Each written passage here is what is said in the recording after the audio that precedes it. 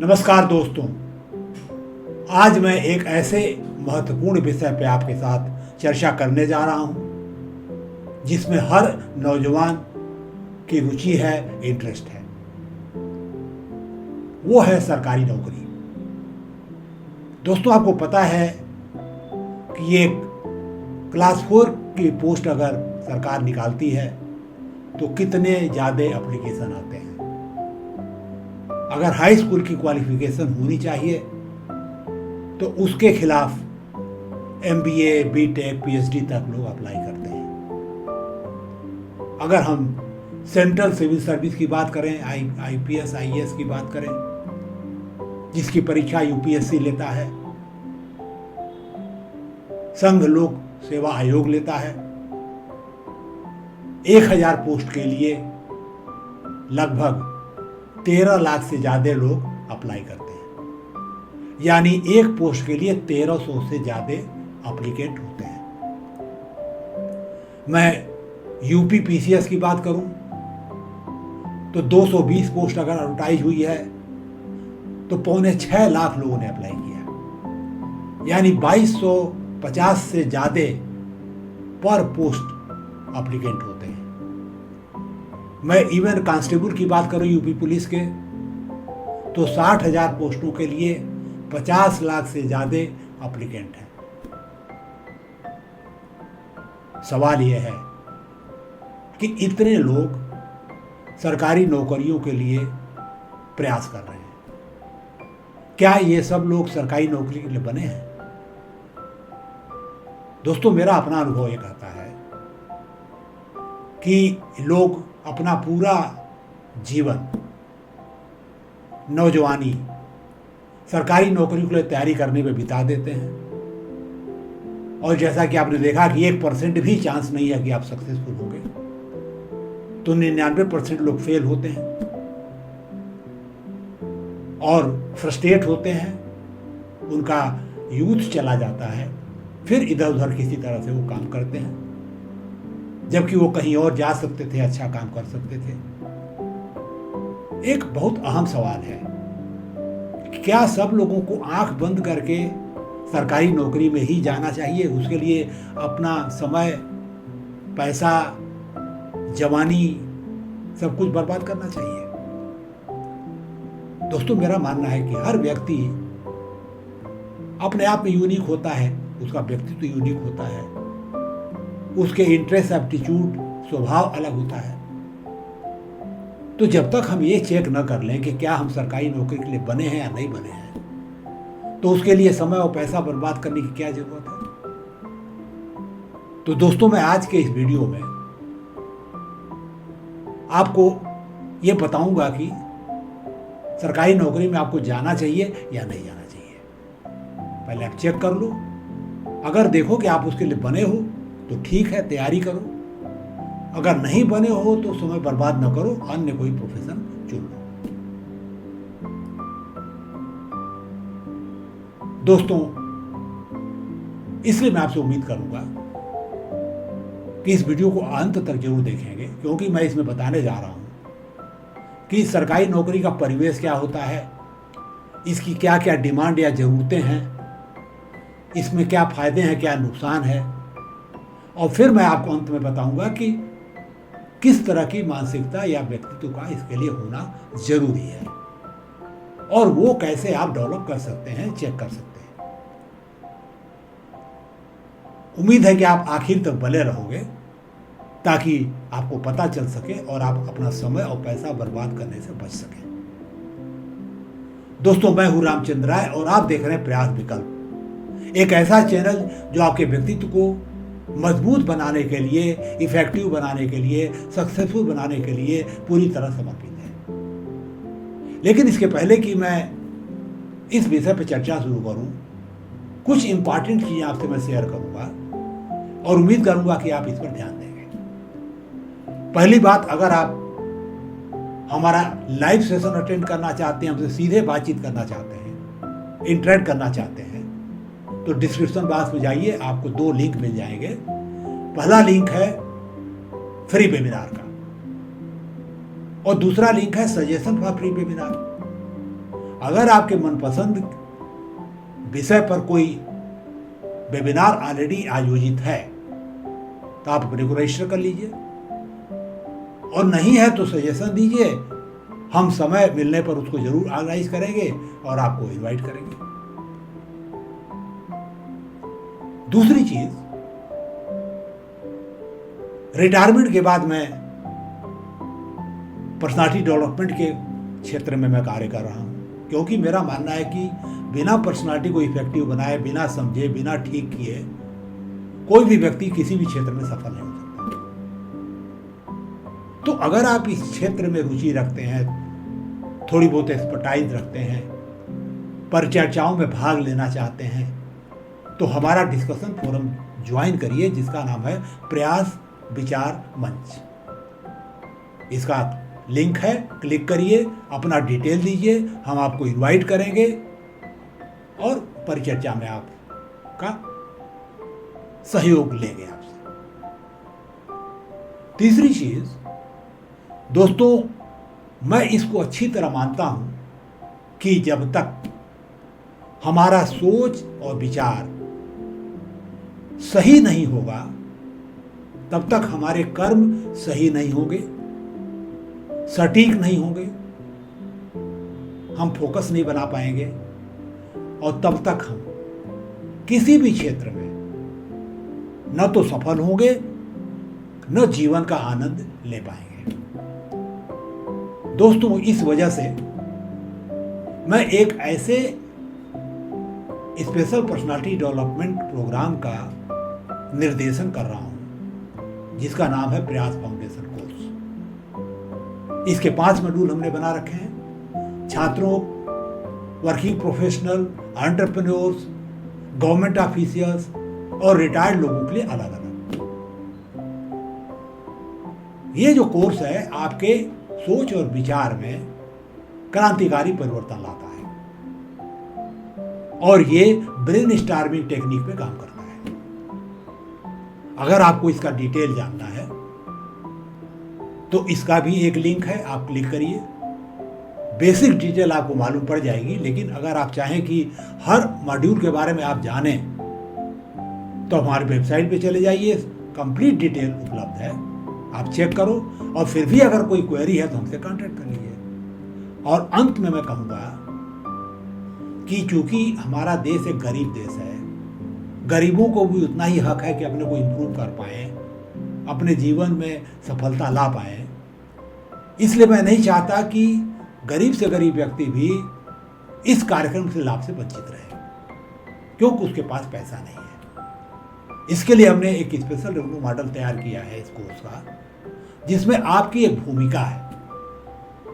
मैं आपसे रुपया पैसा नहीं मांग रहा हूं, मैं सिर्फ आपसे ये निवेदन करना चाहता हूं, ये रिक्वेस्ट करना चाहता हूं कि अगर आपके पास 1 या 1.5 घंटे का समय खाली है, जो भी आप काम कर रहे हैं उसको करने के बाद, तो आप वो समय हमको दान कर दीजिए और अपने घर बैठे अपने मोबाइल फोन के माध्यम से हमारे एक्टिविटी पार्टनर यानी गतिविधि भागीदार के रूप में, यानी व्यक्तित्व विकास मार्गदर्शक के रूप में कार्य करते हुए इस कोर्स का संचालन करिए। हम आपको ट्रेनिंग देंगे, गाइडेंस देंगे और कुछ आपको आय भी होगी। दोस्तों, क्या मैं उम्मीद करूं कि आप डिस्क्रिप्शन बॉक्स में जाएंगे, इन 5 लिंक को चेक करेंगे और किसी न किसी रूप में हमसे जुड़ने का जरूर कोशिश करेंगे। मेरा भी लाभ है, आपका भी लाभ है और लोगों का भी लाभ है। दोस्तों, आइए अब हम लोग इस विषय पर चर्चा शुरू करते हैं कि सरकारी नौकरी में किसे जाना चाहिए, किसे नहीं जाना चाहिए। अब इसके पहले कि मैं चर्चा शुरू करूं, 1-2 एक्सपीरियंसेस आपसे मैं शेयर करूंगा, फर्स्ट हैंड एक्सपीरियंस आपसे। मैं लखनऊ में आने के पहले मैं गोरखपुर में रहता था, अपना मकान था राप्ती नगर इलाके में। हमारी छोटी सी कॉलोनी, छोटा सा पार्क था, उसके चारों तरफ रोड थी जिसका इंटरलॉकिंग होनी थी। टोटल दूरी मुश्किल से 250 मीटर रही होगी, उसमें से 200 मीटर की इंटरलॉकिंग हो गई, अब 50 मीटर बीच में छूट गई। और ये कार्य डूडा ने कराया। डूडा मतलब डिस्ट्रिक्ट डेवलपमेंट अथॉरिटी। जिसका चेयरमैन डीएम होता है। और ये थोड़ी सी जगह जो छूट गई वो गड्ढे हो गए, उसमें पानी लग रहा था। हमने जन सुनवाई में इसको कंप्लेंट डाला, चीफ मिनिस्टर ऑफिस से ईमेल भी आया और कुछ फॉलोअप भी हुआ। और मैं एक प्रतिवेदन लेके उस समय जो भी डिस्ट्रिक्ट मजिस्ट्रेट थे गोरखपुर में, उनसे मैं मिलने गया कि साहब इस काम को आप करवा दीजिए, क्योंकि ये छोटा सा काम रुका हुआ है जिसकी वजह से पूरी रोड खराब हो गई। जो डीएम महोदय थे, आईएएस ऑफिसर, हमसे 20 साल जूनियर रहे होंगे कम से कम। अब मैं उनके साथ मुश्किल से 4 या 5 मिनट रहा हूँगा, बड़ा मुश्किल से तो मिले वो। और वो 5 मिनट भी उन्होंने हमको पूरे कंसंट्रेशन के साथ नहीं दिया। आधी बात मेरी सुन रहे थे, आधी कहीं किसी और से बात कर रहे थे, कभी टेलीफोन से बात कर रहे थे। और कहा हाँ ठीक है सर, हो जाएगा। और मैं कम से कम 4 या 5 दफ़े मिला होगा उनसे और उनके बाद आने वाले लोगों से। और मैं 2019 तक था वहाँ पे, 2016 की बात है ये। तब तक वो सड़क नहीं बनी, छोटी सी, अब जाके बनी है किसी तरह से। बार बार मैं लगा रहा। तो मेरा ये मानना है कि एक आईएएस ऑफिसर अपने 20 साल सीनियर से जब इस तरह से हैंडल कर सकता है, तो वो एक आम व्यक्ति से कैसे हैंडल कर रहा होगा? जो ये लोग सुनवाई करते हैं या मिलते हैं पब्लिक से, क्या देखता होगा, क्या करता होगा? अब मेरा अपना अनुभव है कि 5 साल तो मैं खुद ही जन सुनवाई में लिख के थक गया और काम नहीं हुआ। और हर चीज़ चीफ मिनिस्टर को जाती थी और सिस्टम में जाती थी। हर बार ये कहा जाता था कि साहब बजट आएगा, आता नहीं था। तो पहली बात है कि जो हमारे गवर्नमेंट सर्वेंट हैं वो पब्लिक के प्रॉब्लम के प्रति इंसेंसिटिव हो गए हैं। दूसरी बात, हम लोग अपनी ब्यूरोक्रेसी पे, अभी हमने बजट एक पे वीडियो आपने देखा होगा, मैं लाया हूं सेंट्रल बजट पे 14% पूरे बजट का खर्च हो रहा है केवल इनकी तनख्वाह और चीजों पे। और हमने उसमें आपसे चर्चा की कि 100 लाख करोड़ रुपया खर्च करके सरकार में और उतना ही प्राइवेट सेक्टर में 293 लाख करोड़ का जीडीपी पैदा कर रहे हैं हम लोग। और सरकार एक बहुत अहम भूमिका अदा करती है हर क्षेत्र में, कहीं भी चले जाइए। तो जो भी सरकार कर रही है उसका बहुत बड़ा असर पड़ता है। तो मैं ये कहना चाहता हूं कि जो इफेक्टिवनेस है, जो एफिशिएंसी है, वो भी डाउटफुल है। तो न तो आप संवेदनशील हैं, न तो आप प्रोडक्टिव हैं, न आप इफेक्टिव हैं। तो आखिरकार जो लोग सरकार में आ रहे हैं वो क्या इसके लिए फिट हैं? अब एक बहुत बड़ा सवाल पैदा होगा कि जो लोग इसमें आ रहे हैं गलत लोग घुस कैसे रहे? तो दोस्तों, मैं केवल ये कहना चाहूँगा कि जो हमारी सिलेक्शन प्रक्रिया है सरकारी नौकरियों की, चाहे वो यूपीएससी की हो, चाहे यूपी पीसीएस हो, चाहे स्टेट पीसीएस हो, चाहे नीचे का सबऑर्डिनेट सिलेक्शन हो, वो ठीक नहीं है। वो ऐसे लोगों को नहीं रोक पा रही है जो लोग करप्ट हैं, करप्ट मोटिव से आ रहे हैं सरकार में। हाँ, इंटरव्यू हर आदमी बोलता है कि मैं समाज सेवा के लिए आ रहा हूँ, लेकिन आने के बाद अपनी सेवा करता है। और जो हिंदुस्तान है करप्शन इंडेक्स में 93rd पोजीशन पे है पूरे वर्ल्ड में, 100 में से 30-31 नंबर पाता है। तो सवाल यह है कि करप्शन में भी कोई हमारा सानी नहीं है। और करप्शन का हमने आंकड़ा आपको दिया है कि हर साल 10 लाख करोड़ के करीब लीकेज होता है बजट से, जिसको रोक दिया जाए तो ढेर सारा काम हो सकता है। तो आखिर ऐसे लोग जो स्व केंद्रित हैं, अपने लाभ के लिए पूरी तरह समर्पित हैं, वो कैसे सरकारी नौकरी में घुस रहे हैं और आकर के पूरी नौकरी को खराब कर रहे हैं? कोई भी भ्रष्टाचार तब तक नहीं हो सकता जब तक नेता, अफसर और ठेकेदार न मिले। यह तिकड़ी ही मिलकर भ्रष्टाचार करती है और सरकारी खजाने को चूना लगाती है। तो ये मुद्दा आज के वीडियो का नहीं है कि ये लोग सिलेक्ट कैसे हो जाते हैं।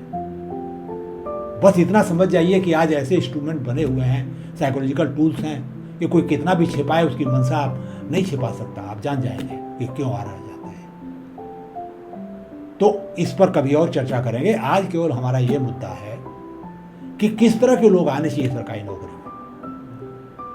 तो आइए देखिए कि सरकारी नौकरी का परिवेश क्या है, किस परिवेश में, माहौल में आपको काम करना होता है। तो अगर हम हिंदुस्तान की बात करें तो हम एक डेमोक्रेटिक कंट्री है, प्रजातांत्रिक देश है। सरकार के 3 इंपॉर्टेंट अंग होते हैं: विधायिका, कार्यपालिका और न्यायपालिका। लेजिस्लेचर, एग्जीक्यूटिव और जुडिशरी। जहां तक लेजिस्लेचर का सवाल, आपको पता है कि आप अपने एमपी, एमएलए और सारे लोगों को चुनते हैं जो जा करके आपको रिप्रेजेंट करते हैं। पार्लियामेंट है, चाहे विधान परिषद है या जो भी है, विधानसभा है, वो कानून बनाती हैं और उस कानून या नीति जो अप्रूव करती हैं, बजट अप्रूव करती हैं, उसके अनुसार सरकार काम करती है। बिना उसे अप्रूवल लिए न टैक्स लगा सकती है, न कोई खर्चा कर सकती है। ये हमारे संविधान में प्रोवाइडेड है। तो एक तो हो गई आपकी लेजिस्लेचर, उसकी बात हम नहीं कर रहे आज। दूसरा हो गया एग्जीक्यूटिव यानी कार्यपालिका। अब कार्यपालिका के 2 अंग होते हैं, एक परमानेंट, एक टेम्परेरी। जब परमानेंट की बात हम करें तो इसमें आईएएस, आईपीएस सारे अफसर आते हैं जो सेंट्रल सिविल सर्विस के लोग हैं, सेंट्रल गवर्नमेंट के और ढेर सारे एम्प्लॉइज़ हैं, स्टेट गवर्नमेंट के पीसीएस और पीपीएस वाले लोग आते हैं और तमाम एम्प्लॉई आते हैं। क्लास 4 से लेके क्लास 1 तक सबके सब आते हैं। एक बार उन्होंने नौकरी पा ली, परीक्षा पास कर ली, ज्वाइन कर लिया, फिर 30-35 साल से छुट्टी हो गई उनकी। प्रमोशन पाते रहेंगे, आगे जाते रहेंगे, रिटायर हो जाएंगे। तो ये परमानेंट टाइप की कार्यपालिका है। कोई सरकार आए, कोई सरकार जाए, कोई पार्टी आए, कोई पार्टी जाए, वो पड़े रहेंगे। और दूसरा जो एग्जीक्यूटिव का पार्ट है वो टेम्परेरी है, अस्थायी है। हर 5 साल में सरकार बदलती है, पार्टी सत्ता में जो वो बदलती है, चीफ मिनिस्टर बदलता है, प्राइम मिनिस्टर बदलता है, मिनिस्टर बदलता है। तो ये लोग 5 साल के लिए रहते हैं, हो सकता है दोबारा आए ना आए, लेकिन टेम्परेरी है। लेकिन जब एग्जीक्यूटिव की बात मैं कर रहा हूं तो जो भी रिजल्ट आता है उसमें दोनों समान रूप से भागीदार हैं। असली जो सत्ता का केंद्र है वो पॉलिटिकल लीडरशिप के पास है, और जो वो कहती है उसके अनुसार परमानेंट एग्जीक्यूटिव को काम करना है। तो इस माहौल में आपको काम करना है। अब कोई डिस्प्यूट हुआ, किसी तरह का गलत काम हुआ, कोई अपराध हुआ, तो उसके लिए जुडिशरी बनी है, उसकी हम बात नहीं करने जा रहे हैं। तो अच्छा, दूसरी बात है, जज भी सरकारी कर्मचारी हैं, वो भी एक तरह से कहिए तो सरकारी नौकरी है, लेकिन वो एक अलग अंग है, उसका एक अलग अप्रोच है। मैं यहां बात करने जा रहा हूं सरकारी। तो आपको इस माहौल में काम करना है, आपको पॉलिटिशियन से डील करना है। अब सरकारी नौकरी की हम बात करें तो इस पर एक वीडियो मेरा उपलब्ध है, डिटेल में आप चाहें तो जाके चेक कर लीजिएगा। उसमें हमने डिटेल में बात की है किस तरह की नौकरी होती है, क्या क्या होता है। आज वो विषय नहीं है, आज विषय हमारा फोकस है कि आपकी मानसिकता क्या होनी चाहिए। दोस्तों, अब एक चीज हम देख लें कि सरकारी नौकरी में इतने लोग आना क्यों चाहते हैं, इसके पीछे का मेन कारण क्या है। तो हमको ये देखना पड़ेगा सरकारी नौकरी के क्या फायदे हैं और क्या क्या नुकसान है। अगर ये दोनों चीजें पता हो तो आप निर्णय ले पाओगे कि आपके लायक बनी है या बनी नहीं है, आपका स्वभाव क्या है, मैच करता है नहीं करता है। सरकारी नौकरी सबसे बड़ा फायदा है कि इसमें जॉब सिक्योरिटी है। एक बार आप नौकरी में घुस गए तो निकालना बहुत मुश्किल है। ऐसा क्यों है? ऐसा इसलिए है कि भारतीय संविधान की धारा 311 लोक सेवक यानी जो गवर्नमेंट सर्वेंट है उनको पूरी तरह प्रोटेक्शन देती है। आर्बिट्री एक्शन नहीं हो सकता उनके खिलाफ। इसका 2 पार्ट होता है। पहला पार्ट यह है कि जो 311A1 है वो ये कहता है कि जो आपका अपॉइंटिंग अथॉरिटी है, जिसने आपको अपॉइंटमेंट दिया है, वही आपको नौकरी से निकाल सकता है, बर्खास्त कर सकता है, डिमोट कर सकता है, और कोई नहीं कर सकता। और दूसरा सबसे इंपॉर्टेंट चीज है कि वो तब तक ये काम नहीं कर सकता जब तक आपको एक चार्जशीट यानी आरोप पत्र न दे, क्लियर कट आपको कम्युनिकेट न करे कि आपने गलती क्या की है, और आपको अपना बचाव करने का पूरा अवसर न दे।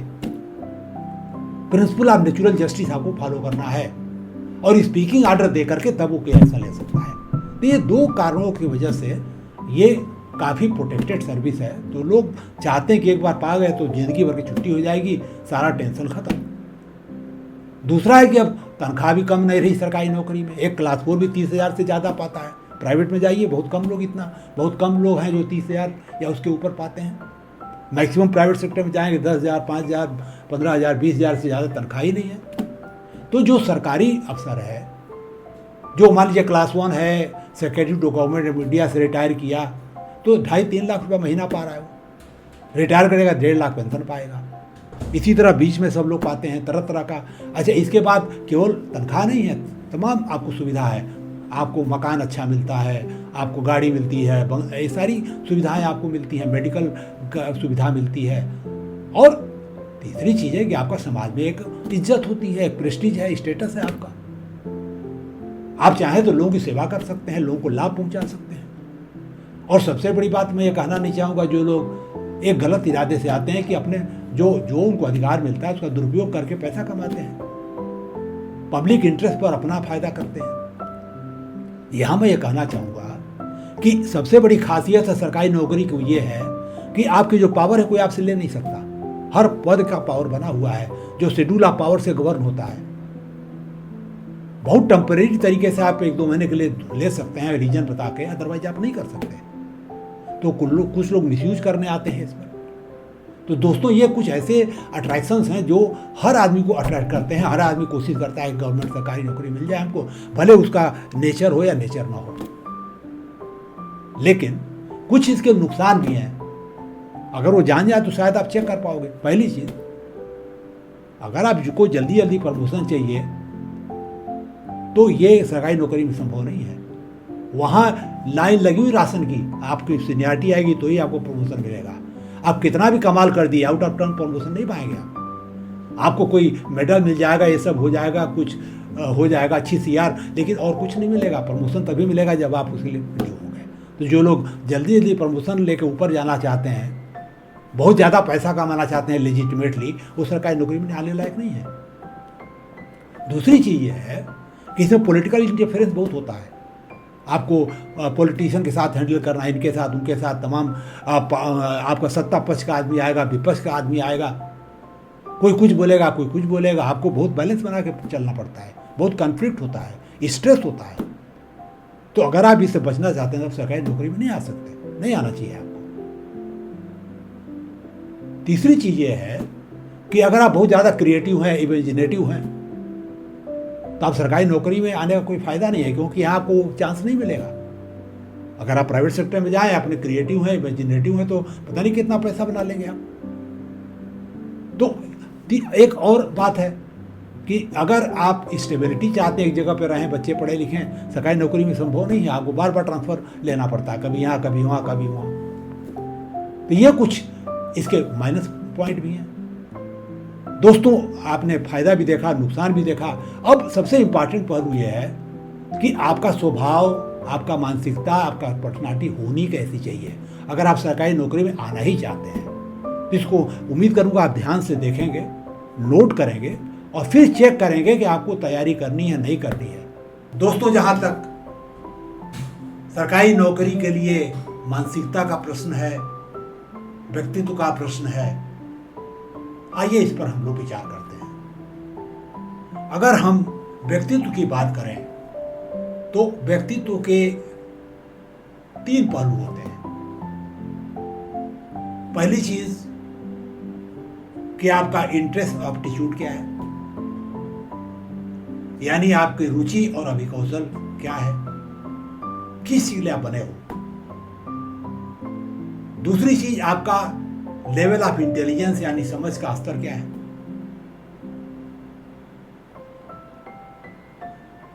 तीसरी चीज आपका स्वभाव क्या है, बेसिक नेचर क्या है। 3 चीजें अगर आप चेक कर लें तो आप ये निर्णय ले पाओगे कि आप सरकारी नौकरी बने हो या नहीं बने हो। जहां तक इंटरेस्ट का सवाल है, अगर आपका इंटरेस्ट लोगों की सेवा करने में है, लोगों को न्याय देने में है, लोगों की मदद करने में है, तो निश्चित रूप से आप सरकारी नौकरी के लिए बने हो। और अगर अपने में रहने वाले व्यक्ति हो, दूसरे से कोई आपको मतलब नहीं है, तो आप सरकारी नौकरी के लिए नहीं बने हो। तो ये आपको चेक करना है कि आपके अंदर किस तरह का इंटरेस्ट है। अपने से ईमानदारी से पूछिए कि आप क्या चाहते हैं। एप्टीट्यूड का जहां तक सवाल है, ये आपके लेवल ऑफ इंटेलिजेंस और नेचर को मिला के बनता है। तभी आपको पता चलता कि आप बने किस लिए हो, और वो एक परमानेंट आपका एट्रीब्यूट या नेचर हो जाता है। अब आइए हम लोग लेवल ऑफ इंटेलिजेंस की बात करें, समझ का स्तर की बात करें। तो समझ जो है या बुद्धिमत्ता 3 तरह की होती है। पहला मानसिक बुद्धिमत्ता यानी मेंटल इंटेलिजेंस, जिसको आईक्यू बोलते हैं। दूसरी होती है भावनात्मक बुद्धिमत्ता यानी इमोशनल इंटेलिजेंस, और तीसरी होती है स्पिरिचुअल इंटेलिजेंस यानी आध्यात्मिक बुद्धिमत्ता। जहां तक मानसिक बुद्धिमत्ता का सवाल है, ये आपकी मेंटल एबिलिटी को दर्शित करती है। लॉजिकल रीजनिंग, लिंग्विस्टिक एबिलिटी, आपका स्पेस रियलाइजेशन, तमाम इसके पार्ट होते हैं। आपके मेंटल पावर को शो करती है। मैं ये मानता हूं कि सरकारी नौकरी के लिए बहुत ज्यादा आईक्यू का हाई होना जरूरी नहीं है। अगर आपका आईक्यू 115 या 120 के आसपास है, तो आराम से आप सरकारी नौकरी बखूबी कर सकते हैं, अपने सारे ड्यूटीज को निभा सकते हैं। लेकिन एक प्रॉब्लम है, हमने शुरू में आपको डाटा दिया कि सेंट्रल सिविल सर्विस में 1300 से एक आदमी का सिलेक्शन होता है, स्टेट में 2600 से ज़्यादा पर एक आदमी का सिलेक्शन होता है, इवन नीचे के जॉब में 100 से पर एक आदमी सिलेक्ट होता है। तो चूंकि आपका रिजेक्शन रेट बहुत ज़्यादा है, तो इसलिए आपका आईक्यू थोड़ा हाई होना चाहिए, ताकि आप कंपीट तो कर सको, तब ना बाकी चीजें आएंगी। तो दोस्तों, मेरा मानना है कि अगर 120, 125 कम से कम आपका आईक्यू होना चाहिए, ताकि आप कंपीट कर सकें। ये हो गया आईक्यू आपका। अब आइए आप इमोशनल इंटेलिजेंस की बात करें। जो भावनात्मक समझ है, उसका मतलब होता है कि आप सामने वाले की भावना को समझते हैं, अपनी भावना को समझते हैं, और मौके की नजाकत के अनुसार चीजों को हैंडल कर पाते हैं, ताकि स्थिति बिगड़े नहीं। मेरी समझ से एक सरकारी अधिकारी को इमोशनली काफी स्ट्रांग होना चाहिए, आपका ईक्यू काफी हाई होनी चाहिए, क्योंकि आपको पब्लिक डीलिंग करनी है, लोगों को हैंडल करना है, सेंसिटिव सिचुएशन को हैंडल करना है, नीचे वालों को, ऊपर वालों को, सहकर्मियों को, पॉलिटिकल लीडर्स को, तमाम इंटरेस्ट ग्रुप होते हैं, यूनियंस हैं, ट्रेडर्स एसोसिएशन हैं, तमाम लोगों को हैंडल करोगे अगर आप सिविल सर्विस में हो तो आपका इमोशनल कोशेंट काफी हाई होना चाहिए। अब तीसरी चीज आ जाइए स्पिरिचुअल इंटेलिजेंस। इसका मतलब है कि आपको ये समझ है कि हमारे जीवन का उद्देश्य क्या है, क्या गलत है, क्या सही है, क्या उचित है, क्या अनुचित है, क्या जायज है, क्या नाजायज है, क्या फेयर है, क्या अनफेयर है।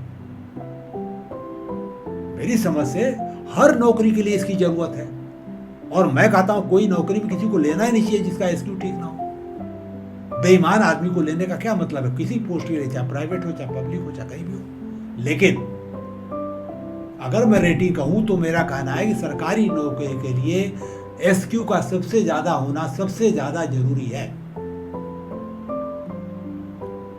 तो समझ की बात अगर हो गई तो 120 के आसपास आईक्यू हो, हाई ईक्यू हो और हाई एसक्यू, ये तो हो गई समझ की बात।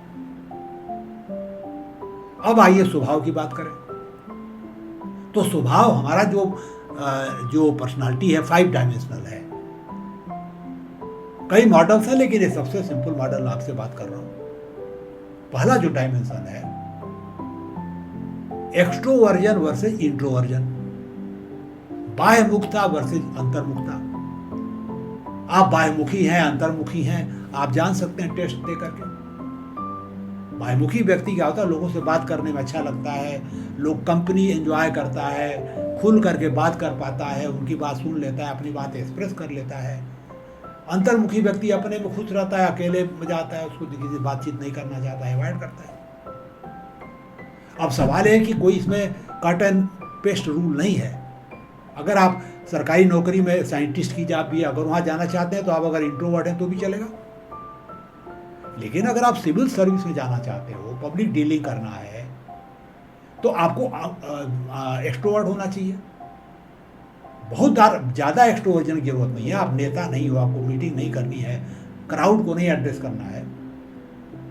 आपको रीजनेबली आउटवर्ड वही होना चाहिए, एक्सट्रोवर्ट होना चाहिए।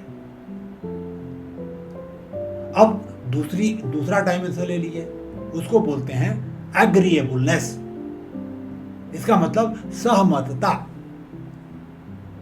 ये हाई ईक्यू से रिलेटेड है, ये कहीं न कहीं दोनों से लिंक है। तो एक गवर्नमेंट सर्वेंट के लिए सहमतता यानी एग्रीएबलनेस का हाई होना बहुत जरूरी है, क्योंकि उसको लोगों से इंटरेक्ट करना है, उनकी प्रॉब्लम समझना है, उनके प्रति सहानुभूति रखना है, एम्पैथी शो करना है, उनकी प्रॉब्लम की जड़ में जाकर उसको सॉल्व करना है, अपने को एक्सप्रेस करना है, उनको समझाना है, सेंसिटिव सिचुएशन को हैंडल करना है। इस वजह से उसका जो एग्रीएबलनेस स्केल पर उसको हाई स्कोर करना ही चाहिए।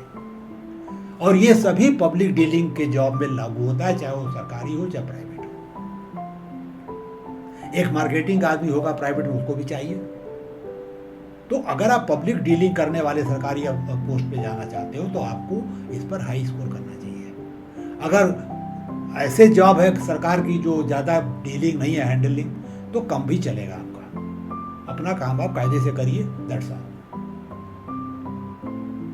तीसरा जो है वो न्यूरोटिसिज्म, यानी मन आपका कहां तक स्टेबल है, मूड स्विंग है या नहीं है, मेंटली स्टेबल आप रहते हैं कि नहीं रहते हैं, जिसको हमारे कहते हैं पल में मासा पल में रखती, ऐसा तो नहीं है। मेरी समझ से किसी भी सरकारी अफसर के लिए न्यूरोटिसिज्म के स्केल पे लो स्कोर करना चाहिए, तब वो सरवाइव कर पाएगा। काफ़ी टेंस सिचुएशन आपको हैंडल करनी पड़ती है सिविल सर्विस के रूप में, पब्लिक डीलिंग में, पॉलिटिशियंस के साथ डीलिंग में तरह तरह के प्रेशर्स आते हैं। तो अगर आप घबरा जाओगे तो कैसे काम कर पाओगे। इसलिए इस स्केल में आपको लो स्कोर करना चाहिए। फिर मैं वही कहूँगा, अगर पब्लिक डीलिंग नहीं है, प्रेशर नहीं है, रूटीन जॉब है, तो आपको उसकी भी बहुत ज़्यादा जरूरत आपको नहीं है। अब जो अगला जो डायमेंशन है कर्मनिष्ठता, कर्मनिष्ठा, उसका स्तर आपका क्या है? उस स्तर का हाई होना अपरिहार्य है, और ये किसी भी जॉब के लिए अपरिहार्य है, चाहे वो सरकारी हो चाहे प्राइवेट हो। लेकिन सरकार में चूंकि आप लोगों के दुख दर्द को आपको समझना है, दूर करना है, ये इंश्योर करना कि आप समय से रिजल्ट दे पाएँ, प्रॉब्लम को सॉल्व कर पाएँ, गवर्नमेंट की नीतियों को लागू कर पाएँ, इसलिए आपका कर्मनिष्ठता के स्केल पर आपको हाई स्कोर करना ही करना पड़ेगा। तभी आप फोकस तरीके से, प्लान तरीके से टारगेटेड वर्क कर पाओगे, कंसंट्रेशन बना पाओगे, रेजिलियंस रहेगा आपके अंदर, जीवटता रहेगी आपके अंदर। तो आपको इस स्केल पे हाई स्कोर करना चाहिए, इसमें कोई कंप्रोमाइज नहीं है, ये कॉमन डिनोमिनेटर है हर जॉब के लिए। और अंत में मैं कहूंगा ओपन टू एक्सपीरियंस, यानी कितने आप इमेजिनेटिव हैं, क्रिएटिव हैं, सृजनात्मक हैं, कितने कल्पनाशील हैं आप, कितनी नई नई चीजें कर सकते हैं, आप एक्सपेरिमेंट कर सकते हैं। मेरी समझ से सरकारी नौकरी में इसका बहुत ज्यादा स्कोप नहीं है, एवरेज है तो भी चलेगा, एकदम से आपको ट्रेडिशनल ऑर्थोडॉक्स नहीं होना चाहिए, बट हाँ रीजनेबल लेवल चलेगा। बहुत हाई लेवल का आप बहुत फ्रस्ट्रेट हो जाएंगे, क्योंकि गवर्नमेंट ब्यूरोक्रेसी में काम करती है, रूटीन में काम करती है, आउट ऑफ टर्न कोई चीज़ नहीं होती है, जल्दी नहीं होती है, तो आप फ्रस्ट्रेट हो जाओगे। तो अगर आप बहुत ज़्यादा हाईली क्रिएटिव हो, बहुत ज़्यादा हाई स्कोर है, तो आप गवर्नमेंट मत जाइए, आप बिल्कुल आप खुश नहीं रहोगे वहाँ पे। तो दोस्तों, हमने देखा कि पर्सनालिटी के जो डायमेंशंस हैं, यानी इंटरेस्ट, एप्टीट्यूड, आपका लेवल ऑफ इंटेलिजेंस या आपका नेचर, उसके क्या डायमेंशन हैं और कहाँ तक वो सरकारी नौकरी के लिए उसका क्या कॉन्फ़िगरेशन होना चाहिए। अब सवाल है कि आपके मन में एक सवाल उठेगा कि हमने सब तो आपने बता दिया, लेकिन अब मैं क्या करूं, कैसे चेक करूं, क्या करूं क्या ना करूं। तो दोस्तों, एक छोटा सा टेस्ट होता है साइकोलॉजिकल, कुछ 15 मिनट 10 मिनट ऐसे मिला के 5-6 टेस्ट होते हैं। 1 घंटे के अंदर आपको पता चल जाएगा कि ये जितनी चीज़ें हमने आपको बताई हैं वहाँ कहाँ स्टैंड करते हो आप। उसके बाद आप निर्णय ले लीजिए कि क्या आप सरकारी नौकरी के लिए जो ज़रूरतें हैं वो पूरा कर रहे हैं, नहीं कर रहे हैं। अगर कर रहे हैं तो निश्चित रूप से आप तैयारी करिए। कैसे आपको कॉम्पिटिटिव एग्जाम पास करना है, क्या उसके लिए तैयारी करनी पड़ेगी, किस तरह का सिलेबस है, कितना टाइम लगेगा, ये सारी चीज़ें अलग है। इस वीडियो का मुद्दा नहीं है। अगर आप कमेंट करके हमको बताएं कि हम कैसे इसको करें तो हम उस पर भी वीडियो आपको बना के दे सकते हैं, क्योंकि हमने खुद कंप्लीट किया सिविल सर्विस, बिना किसी कोचिंग के किया है, और 32 साल सरकार में रहा हूँ, तो मैं जानता हूँ सरकार कैसे काम करती है, कॉम्पिटिटिव एग्जाम में क्या आता है। हालांकि कुछ चेंजेज हो गए हैं, लेकिन फंडामेंटल्स वही हैं। तो अगर आप चाहेंगे तो हम वीडियो आपको देंगे। तो दोस्तों, मैं इन्हीं शब्दों के साथ आज की चर्चा को विराम देना चाहूँगा और कंक्लूजन के तौर पे कहना चाहूँगा कि सरकारी नौकरी के लिए पैसा और समय बर्बाद मत करिए अगर आप उसके लिए बने नहीं हैं। अगर आपकी मानसिकता सूट नहीं करती है तो कोई फ़ायदा नहीं है। लेकिन आपसे विदा लेने के पहले एक बात अगर मैं नहीं कहूँगा तो अपनी ड्यूटी में फेल होऊंगा, वो ये है कि अगर आप मेंटली और फिजिकली फिट नहीं है, आपका मानसिक और शारीरिक स्वास्थ्य ठीक नहीं है, तो आप किसी फील्ड में सफल नहीं हो पाओगे। पहले हम मानसिक स्वास्थ्य की बात करते हैं। आप चाहे सोशल मीडिया ले लीजिए, टेलीविज़न ले लीजिए, अखबार ले लीजिए, सब जगह निगेटिविटी गार्बेज भी भरा है। अभी आपके ऊपर है कि आप क्या ग्रहण करना चाहते हो। तो मैं आपसे अनुरोध करूंगा कि हमेशा कोशिश करिए कि आप सही चीज़ें देखें, पढ़ें और सुनें, सकारात्मक, सृजनात्मक, ताकि आपके अंदर जो इंफॉर्मेशन जा रही है वो सकारात्मक हो, पॉजिटिव हो, मोटिवेटिंग हो, ताकि आपके विचार उस तरह से बने और कर्म आपके ऐसे हों जैसे हमने आपको बताया शुरू में ही। तो पहला काम ये करिए कि ये गलत चीज़ें मत देखिए, अपने अंदर गार्बेज मत करिए, मेंटल पोल्यूशन मत करिए, आप मेंटली कमज़ोर हो जाओगे। जहाँ तक फिजिकल हेल्थ का सवाल है, आपको हेल्थी लाइफस्टाइल अपनाइए, एक्सरसाइज करिए, योगा करिए, साइकिलिंग करिए, स्विमिंग करिए, जो करना हो आप करिए, और साथ में अच्छा एक हेल्दी डाइट लीजिए, फास्ट फूड से दूर रहिए, अच्छी नींद लीजिए, टेंशन को मैनेज करना सीखिए, उससे दूर रहिए। अगर ये 2 चीज़ें आप कर लेते हैं तो आप मेंटली फिजिकली फिट रहेंगे, जो करना चाहेंगे कर पाएंगे। दोस्तों, उम्मीद है कि आपको इस वीडियो में कुछ चीज़ें मिली होंगी जो आप लोगों के साथ शेयर करना चाहेंगे। अगर ऐसा है तो इस वीडियो को और लोगों के साथ भी शेयर करिए और हमारे इस चैनल को सब्सक्राइब जरूर कर लीजिए अगर आपने नहीं किया है, और बेल बटन भी दबा दीजिए ताकि जो भी आपका हमारा वीडियो आए उसका नोटिफिकेशन आपको खुद मिल जाए, आप देख सकें उसको, उसका लाभ उठा सकें। दोस्तों, इन्हीं शब्दों के साथ मैं आपसे विदा चाहूँगा। हमें सुनने के लिए बहुत बहुत धन्यवाद। थोड़ा वीडियो लंबा हो गया है, लेकिन आप थोड़ा समय निकालिए तो आपको पूरा लाभ मिल पाएगा। बहुत बहुत धन्यवाद।